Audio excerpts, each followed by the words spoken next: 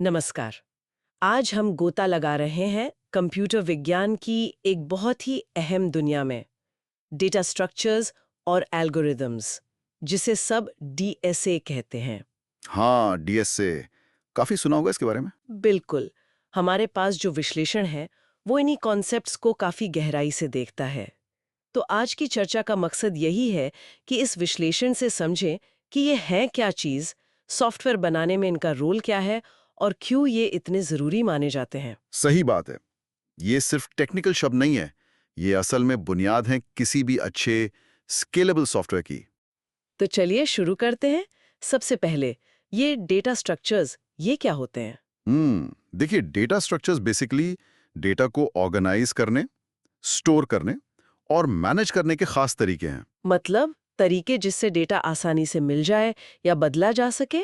Exactly कुशलता से, efficiently. Okay, और एल्गोरिदम्स? एल्गोरिदम्स वो स्टेप बाय स्टेप प्रोसेस या कह सकते हैं रेसिपी हैं जिनसे हम कंप्यूटेशनल प्रॉब्लम्स को सॉल्व करते हैं। अच्छा। और असली कमाल तब होता है जब आप सही डेटा स्ट्रक्चर को एक अच्छे एफिशिएंट एल्गोरिदम के साथ जोड़ते हैं। इसी से तय होता है कि सिस्टम कैसा परफॉर्म करेगा, कितना स्केल कर पाएगा। विश्लेषण में इनका कुछ वर्गीकरण भी दिया है ना? जैसे प्रिमिटिव और नॉन प्रिमिटिव। हाँ, प्रिमिटिव तो हो गए आपके बेसिक वाले इंटीजर, फ्लोट, कैरेक्टर। और नॉन प्रिमिटिव वो जो इनसे बनते हैं, जैसे अरेज, लिंक लिस्ट्स, ट्रीज। और फिर वो लीनियर बनाम नॉन लीनियर वाला भी है, एरेज, स्टैक्स एक लाइन में। हाँ, लीनियर मतलब एक के बाद एक सीक्वेंस में, जैसे arrays, link lists, stacks, queues. और नॉन लीनियर में चीजें हायरार्किकली या नेटवर्क की तरह जुड़ी होती हैं, जैसे ट्रीज और ग्राफ्स। एक और जरूरी फर्क बताया गया है स्टैटिक और डायनामिक मेमोरी का। ये क्या है? हाँ, ये बहुत महत्वपूर्ण है। अरेज जो हैं वो स्टैटिक होते हैं, मतलब बनाते समय उनका साइज तय हो जाता है। अच्छा। फायदा यह है कि आप किसी भी एलिमेंट तक सीधे पहुंच सकते हैं, ओ ऑफ वन टाइम में, मतलब कांस्टेंट टाइम, बहुत तेज। हम्म। लेकिन दिक्कत है कि साइज फिक्स है, बदलना मुश्किल। और डायनामिक वाले? लिंक लिस्ट जैसे। हाँ, लिंक लिस्ट्स डायनामिक होती हैं। वो रन टाइम पर बढ़ या घट सकती हैं, फ्लेक्सिबिलिटी ज्यादा है। लेकिन कोई नुकसान भी होगा। नुकसान ये है कि किसी खास एलिमेंट तक पहुंचने या उसे ढूंढने में O ऑफ n यानी लीनियर टाइम लग सकता है, क्योंकि आपको शायद एक एक करके आगे बढ़ना पड़े। समझ गई। अच्छा, कुछ और बेसिक स्ट्रक्चर्स जैसे स्टैक्स और क्यूज का भी जिक्र है। बिल्कुल। स्टैक्स काम करते हैं लाइफो प्रिंसिपल पर, लास्ट इन फर्स्ट आउट। जैसे प्लेटों का ढेर होता है ना, जो प्लेट सबसे आखिर में रखी वही सबसे पहले उठती है। हाँ हाँ। ये फंक्शन कॉल्स मैनेज करने में या फिर सॉफ्टवेयर में अंडू फीचर बनाने में काम आते हैं। अच्छा, इंटरेस्टिंग। और क्यूज?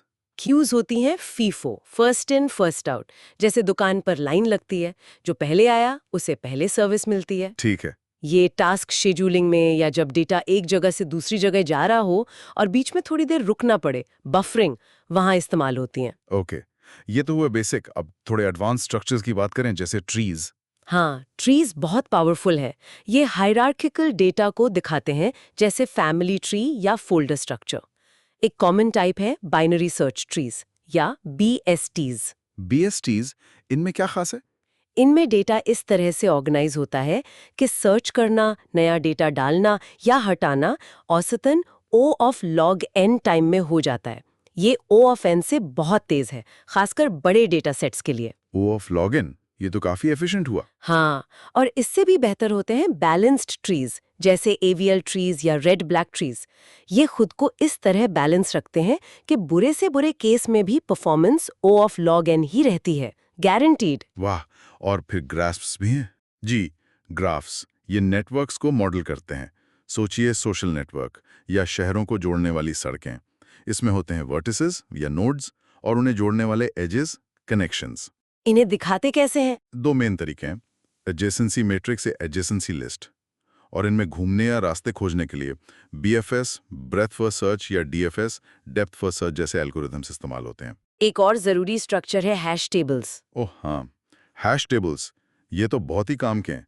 ये की वैल्यू पेयर स्टोर करते हैं, जैसे डिक्शनरी में शब्द की और उसका मतलब वैल्यू। और ये तेज कैसे होते हैं? एक अच्छे हैश फंक्शन की मदद से। ये फंक्शन की को एक इंडेक्स नंबर में बदलता है। अगर हैश फंक्शन अच्छा है और टकराव या कोलिजन्स को संभालने का तरीका सही है, जैसे चेनिंग या ओपन एड्रेसिंग, तो आप औसतन O1 टाइम में, मतलब लगभग तुरंत डेटा डाल सकते हैं, खोज सकते हैं या हटा सकते हैं। O1 मतलब कांस्टेंट टाइम, ये तो कमाल है। बिल्कुल, इसीलिए बहुत पॉपुलर है। अच्छा, अब आते हैं एल्गोरिथम विश्लेषण पर।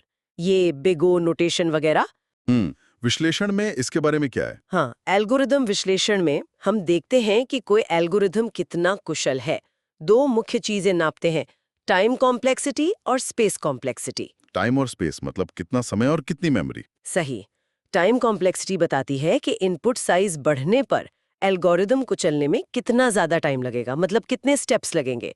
और स्पेस कॉम्प्लेक्सिटी बताती है कि कितनी ज्यादा मेमोरी लगेगी। और ये O1, O log n, ON क्या दिखाते हैं? ये बिग ओ नोटेशन है। ये एल्गोरिदम की स्केलेबिलिटी बताता है, मतलब बड़े इनपुट पर उसका बर्ताव कैसा रहेगा। O1 मतलब कांस्टेंट टाइम, इनपुट कितना भी बड़ा हो टाइम नहीं बदलेगा। ON मतलब लीनियर, टाइम इनपुट के साथ बढ़ेगा। O log n बहुत अच्छा माना जाता है, क्योंकि इनपुट बहुत ज्यादा बढ़ने पर भी टाइम थोड़ा ही बढ़ता है। समझ गई। तो कुछ जरूरी एल्गोरिदम्स कौन से हैं जिनका जिक्र है? कई हैं, जैसे सॉर्टिंग एल्गोरिदम्स में क्विक सॉर्ट है, जो औसतन बहुत तेज ON log n होता है, और मर्ज सॉर्ट है, जो हमेशा ON log n की गारंटी देता है पर थोड़ी ज्यादा मेमोरी लेता है। और सर्चिंग के लिए? सर्चिंग के लिए बाइनरी सर्च सबसे फेमस है, लेकिन ये सिर्फ सॉर्टेड डेटा पर ही काम करता है, पर ये बहुत तेज है, O log n। अच्छा, और ग्राफ्स के लिए भी कुछ खास एल्गोरिदम्स हैं? हाँ, ग्राफ एल्गोरिदम्स में डिक्स्ट्रा का एल्गोरिदम है सबसे छोटा रास्ता ढूंढने के लिए, और क्रुस्का या प्रिम का एल्गोरिदम है मिनिमम स्पैनिंग ट्री बनाने के लिए, मतलब किसी नेटवर्क के सारे नोड्स को कम से कम लागत में जोड़ने के लिए। और एक डायनामिक प्रोग्रामिंग का भी जिक्र था। हाँ, डायनामिक प्रोग्रामिंग एक तकनीक है जिससे बड़ी मुश्किल समस्याओं को छोटी ओवरलैपिंग सब प्रॉब्लम्स में तोड़कर हल किया जाता है। उनके हल याद रखे जाते हैं ताकि बार बार कैलकुलेट न करना पड़े। तो ये सब थ्योरी का असल दुनिया में क्या इस्तेमाल है? कहाँ दिखते हैं ये डीएसए? अरे हर जगह। डेटाबेस इंडेक्सिंग में बी ट्रीज और हैश इंडेक्सेस इस्तेमाल होते हैं ताकि सर्च तेज हो। ओके। इंटरनेट पर डेटा पैकेट्स को सही रास्ते से भेजने नेटवर्क राउटिंग में ग्राफ एल्गोरिदम्स काम आते हैं। आर्टिफिशियल इंटेलिजेंस में डिसीजन ट्रीज होते हैं। अच्छा। यहाँ तक कि हमारे कंप्यूटर के ऑपरेटिंग सिस्टम में भी प्रोसेस को मैनेज करने के लिए क्यूज और मेमोरी मैनेजमेंट में स्टैक्स का इस्तेमाल होता है। तो मतलब ये सिर्फ कंप्यूटर साइंस स्टूडेंट्स के लिए ही नहीं, बल्कि हर सॉफ्टवेयर डेवलपमेंट का एक अनिवार्य हिस्सा है? बिल्कुल। तो अगर हम संक्षेप में देखें, हमने डेटा स्ट्रक्चर्स और एल्गोरिदम्स की दुनिया को समझा, उनका वर्गीकरण, कुछ मुख्य उदाहरण जैसे arrays, lists, trees, graphs, hash tables, और कुछ बेसिक एल्गोरिदम्स और उनका विश्लेषण। और विश्लेषण से मुख्य टेकअवे क्या है? सबसे बड़ी बात यह है कि कुशल और स्केलेबल कंप्यूटेशनल समाधान बनाने के लिए सही डेटा स्ट्रक्चर और सही एल्गोरिदम का चुनाव करना सर्वोपरि है। यह स्ट्रेटेजिक डिसीजन है। ये सिर्फ कोड लिखने से कहीं ज्यादा है। हाँ, ये प्रॉब्लम को सबसे स्मार्ट तरीके से सॉल्व करने के बारे में है। बहुत बढ़िया। और जाते जाते एक विचार छोड़ जाता हूं जो विश्लेषण में भविष्य की ओर इशारा करता है। वो है एडैप्टिव स्ट्रक्चर्स का कॉन्सेप्ट। एडैप्टिव स्ट्रक्चर्स, ये क्या है? ऐसे डेटा स्ट्रक्चर्स जो इस्तेमाल के पैटर्न के आधार पर खुद को बदल सकें, ऑप्टिमाइज कर सकें।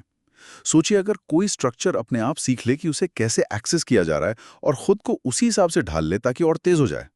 ये असल में कैसे काम कर सकता है, ये सोचने वाली बात है। वाकई दिलचस्प। भविष्य में शायद हमें ऐसे स्ट्रक्चर्स देखने को मिले। चलिए, आज के लिए इतना ही। बहुत जानकारी मिली। शुक्रिया।